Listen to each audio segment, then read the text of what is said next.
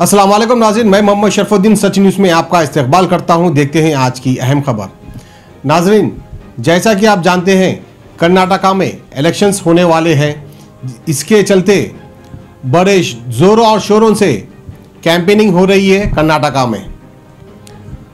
हिंदुस्तान की शान इमरान प्रतापगढ़ी भी पिछले 10 दिन से ये कैंपेनिंग कर रहे हैं कर्नाटका में, और कल गुलबर्गा में इनकी बेहतरीन स्पीच के बाद इन्होंने मीडिया से मुखातिब होते हुए ये कहा कि कर्नाटका की आवाम को चाहिए कि सेकुलर पार्टी को जिताए ताकि फ़िरका परस्त पार्टियों का मुंह काला हो। इस तरह से इमरान प्रतापगढ़ी ने कहा बड़े बेहतरीन अंदाज में। आइए इमरान प्रतापगढ़ी की ये तफसीली रिपोर्ट हम आपको दिखाते हैं। मैं इस वक्त गुलबर्गा में मौजूद हूँ और यहाँ मेरी कोशिश ये है कि मैं लोगों से मिलूँ, लोगों से बातचीत करूँ। और ये जो गुलबर्गा का इलेक्शन है, पूरे कर्नाटक का इलेक्शन है, उसमें लोगों से ये कहूँ कि सेकुलर वोटों का बंटवारा जो है वो इस वक्त बहुत नुकसानदेह होगा। तो जो भी कोशिशें सेकुलर वोटों को बांटने की हो रही हैं उसको समझिए, इस साजिश को समझिए। फासिस्ट ताकतें जब खुद नहीं जीत पाती तो वो कोशिश करती हैं कि आपके बीच में कुछ ऐसे लोग उतार दिए जाएं जो आपका वोट बांट लें, जिससे उनका फ़ायदा हो सके।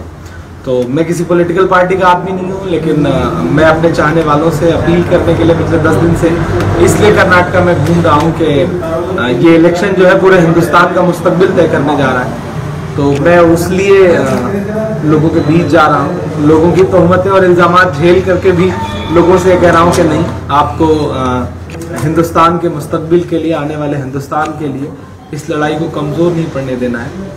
तो उसी सिलसिले में आज गुलबर्गा था मैं कनीज़ फातिमा साहिबा के लिए। मरहूम कमरुल इस्लाम साहब की जो बेवा हैं उनके लिए आज मैं यहाँ पे था। मैंने बड़ा प्रोग्राम भी अटेंड किया, हज़ारों की तादाद में लोग उस प्रोग्राम में आए। तो गुलबर्गा वालों की मोहब्बत को बहुत सलाम।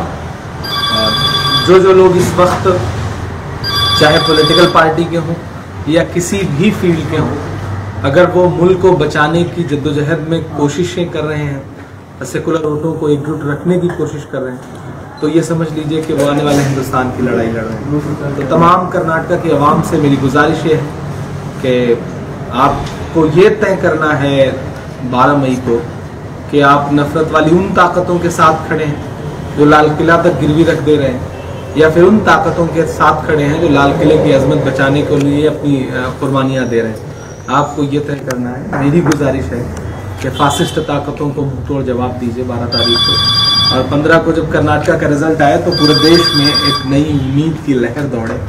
और भी जो सूबे हैं आसपास जहां इलेक्शन होने हैं, कर्नाटका के इलेक्शन का सीधे सीधे उस पर असर पड़ेगा। तो मेरी गुजारिश कि आप लोग मुत्तहिद होइए। गुलबर्गा एक बहुत तारीखी सरजमीन है, बहुत मुकद्दस सरजमीन है। यहाँ से उठी बात जो है वो पूरे मुल्क में असर डालती है।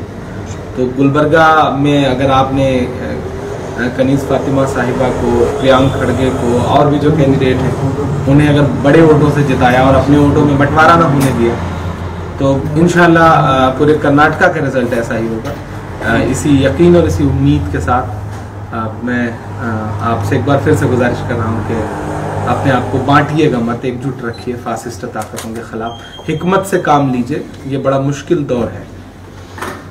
एक बीदर के लिए भी बीदर में अभी गया हुआ था बसवा कल्याण नारायण राव साहब के लिए, और भी जो लोग बीदर में लड़ रहे हैं, रहीम खान साहब हैं, सबके लिए मेरी बातचीत हो रही थी। तो सबके लिए मेरी गुजारिश है, बीदर ही क्या पूरे कर्नाटका के लिए मैं लोगों से अपील कर रहा हूँ, क्योंकि मेरा निशाना एक MLA की सीट या फिर एक मिनिस्टर की सीट को बचाना नहीं है। मैं इतने छोटे निशाने नहीं रखता हूँ। मेरा निशाना 2019 है।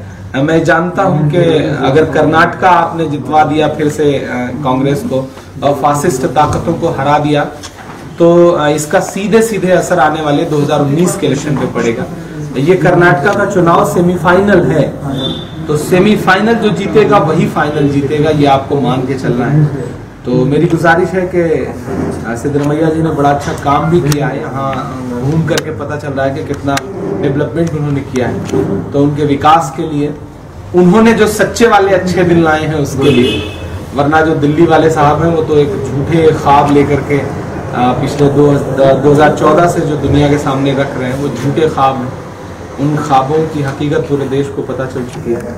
तो मेरी गुजारिश है कर्नाटका वालों के गुलबर्गा के आसपास के भी जो ज़िले हैं उसमें जो पिछले चुनाव में आपका जो आंकड़ा था उस आंकड़े से बेहतर रिजल्ट दीजिए, क्योंकि सब आपकी तरफ बड़ी उम्मीदों से देख रहे हैं। चार मीनार के दामन में पर्ल्स की दुनिया का बादशाह लक्ष्मी नारायण पर्ल्स कई बरसों से राज करता आ रहा है पर्ल्स की दुनिया में।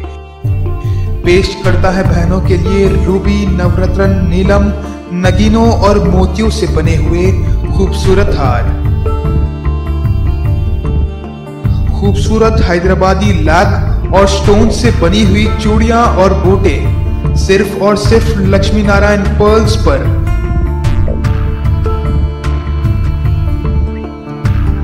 जहां मौजूद है पर्ल्स डिजाइनिंग में महारत रखने वाले कारीगर। तशरीफ लाइएगा लक्ष्मी नारायण पर्ल्स, ऑपोजिट शिव मंदिर, चार कमान, चार मीनार, हैदराबाद।